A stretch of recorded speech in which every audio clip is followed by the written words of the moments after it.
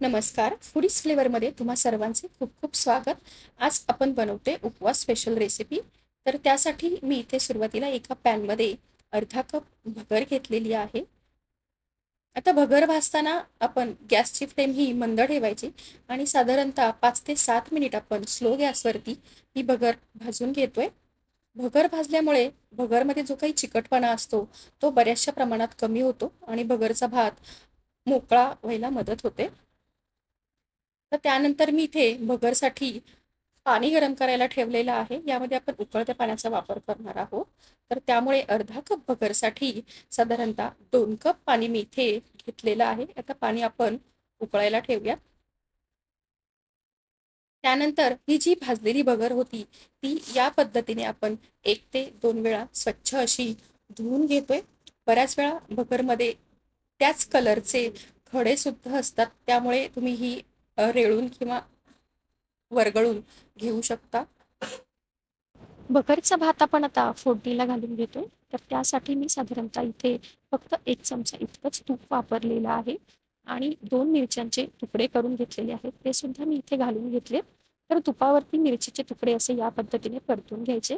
तुम्हाला जर भात थोडासा तिखट हवा असेल तर ह्याच मिरचीचे हे जे तुकडे आहेत ते थोडे जास्त वेळ परतवा आणि यामुळे भातामध्ये त्याचा तिखटपणा हा छान उतरेल.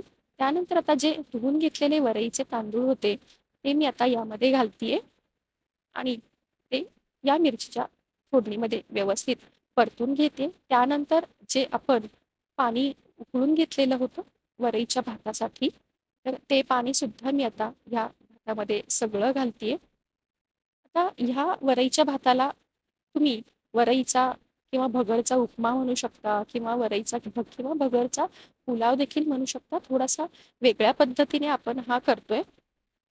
तर भगरचा भात करताना त्याला पाणी हे जास्त प्रमाणात लागतं इतर भातापेक्षा.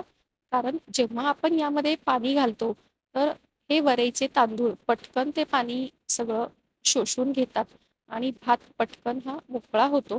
त्यामुळे भात मऊसूद होण्यासाठी यामध्ये परफेक्ट असं पाणी वापरणं हे गरजेचं आहे.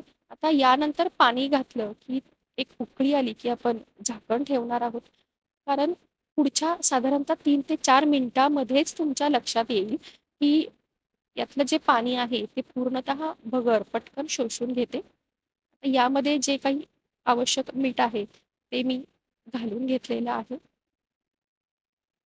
आता याप्रमाणे ढवळून घ्यायचं आणि भातावरती झाकण ठेवायचं आहे. एक गोष्ट लक्षात ठेवा की भगरच्या भाताला पाणी हे थोडं जास्त प्रमाणात लागतं आणि परफेक्ट लागतं. आता 4 ते 5 मिनिटांसाठी आपण यावरती झाकण ठेवलेलं आहे आणि साधारणतः 4 ते 5 मिनिटानंतर तुम्हाला दिसत असेल की भगरने बऱ्यापैकी पाणी हे सगळं शोषून घेतलेलं आहे. थोडंसं अगदी पाणी शिल्लक आहे. तुम्हाला जर मोकळ्याच्या ऐवजी थोडा एकदम चिकट भात जर आवडत असेल वरईचा किंवा वयस्कर लोकांसाठी जर बनवत असाल तर ह्या स्टेजला तुम्ही अजून थोड्या पाण्याचा वापर करू शकता. बऱ्याच वेळा काय होतं की वरईचे तांदूळ किती घ्यायचे किती जणांसाठी हे बऱ्याच वेळा अंदाज चुकतो.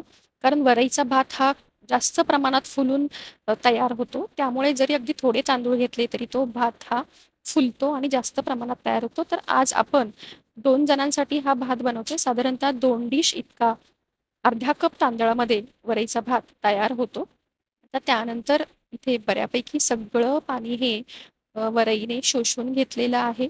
वरईचे तांदूळ भाजल्यामुळे भात मोकळा होतो आणि जो चिकटपणा आहे भाताचा तो बऱ्यापैकी कमी होतो. त्यामुळे इथे तुम्हाला कदाचित दिसत असेल की भात मऊसूत झालेला आहे पण तो चिकट नाहीये. ह्या भातासाठी अगदी शेंगदाण्याच्या आमटीची किंवा कशाचीही गरज पडत नाही. आता भातावरती झाकण ठेवूयात आणि 5 ते 7 मिनिटांसाठी भात हा असाच मुरू देऊयात आणि त्यानंतर पुढील आपण फोडणी तयार करून घेतोय. तर त्यासाठी मी इथे 2 चमचे तूप घातलेलं आहे एका कढईमध्ये आणि ओल्या खोबऱ्याचे काही काप करून घेतलेले आहेत पातळ असे. तर ते घातलेले आहेत साधारणतः 2 चमचे. तुपावरती हे खोबऱ्याचे काप आपल्याला छान लालसर असे परतून घ्यायचे आहेत. ओल्या खोबऱ्याचे काप आहेत साहजिकच ते तळायला थोडासा वेळ लागतो. तर ओल्या खोबऱ्याऐवजी तुम्ही इथे सुक्या खोबऱ्याच्या कापांचा सुद्धा वापर करू शकता. ह्या खोबऱ्याच्या कापांची टेस्ट भातामध्ये अतिशय सुंदर लागते. तर त्यानंतर पुढे इथे मी घालत आहे काजूचे तुकडे. तर ते असे या पद्धतीने थोडे असे बारीक बारीक तुकडे मी इथे करून घेतलेले आहेत काजूचे, किंवा तुकडा काजू वापरला तरी चालेल. त्यानंतर इथे मी काही पनीरचे क्यूब सुद्धा वापरलेले आहेत. पनीर चौकोनी तुकड्यांमध्ये कापून घेतलेलं आहे आणि ते मी इथे वापरलेलं आहे. त्यानंतर थोडे काळे आणि हिरवे मनुके आहेत ते सुद्धा मी इथे घातलेले आहेत. ही सगळी फोडणी आता आपण व्यवस्थित अशी परतून घेऊयात. या फोडणीमध्ये तुमच्याकडे जर पनीर किंवा काजू घरामध्ये उपलब्ध नसतील तर त्याऐवजी तुम्ही शेंगदाण्याचा किंवा बटाट्याच्या फोडींचा सुद्धा इथे वापर करू शकता. त्यानंतर हे सर्व साहित्य आपल्याला तुपामध्ये साधारणतः 1 मिनिटभर व्यवस्थित असं परतून घ्यायचं आहे. त्यानंतर ही तयार फोडणी आपल्याला ह्या सगळ्या भातावरती या पद्धतीने घालून घ्यायची आहे आणि त्यानंतर भात मिक्स करून घ्यायचा आहे. इतर वेळी जो वरईचा भात करतो त्यापेक्षा ह्या वरईच्या भाताची चव ही खूप वेगळी लागते, अतिशय सुंदर लागते. तर या वरईच्या भातावर ही जी मी फोडणी घातली आणि त्यात जे साहित्य वापरले त्यासोबतच जेव्हा वरईचा भात खायला घ्याल तेव्हा त्याच्या वरतून डाळिंबाचे दाणे अवश्य घाला. खूप छान अशी टेस्ट लागते. अतिशय वेगळी ही अशी भगरची रेसिपी उपवासासाठी तुम्ही एकदा नक्की ट्राय करा. रेसिपीमध्ये मी जे काही साहित्य वापरलेलं असतं ते सगळं साहित्य डिस्क्रिप्शन बॉक्समध्ये तुम्हाला मिळू शकतं अगदी वजनी प्रमाणात. तर आजची ही वेगळी अशी भगरच्या भाताची रेसिपी किंवा उपमा म्हटलं तरी काही हरकत नाही, भगरचा उपमा किंवा भगरचा पुलाव.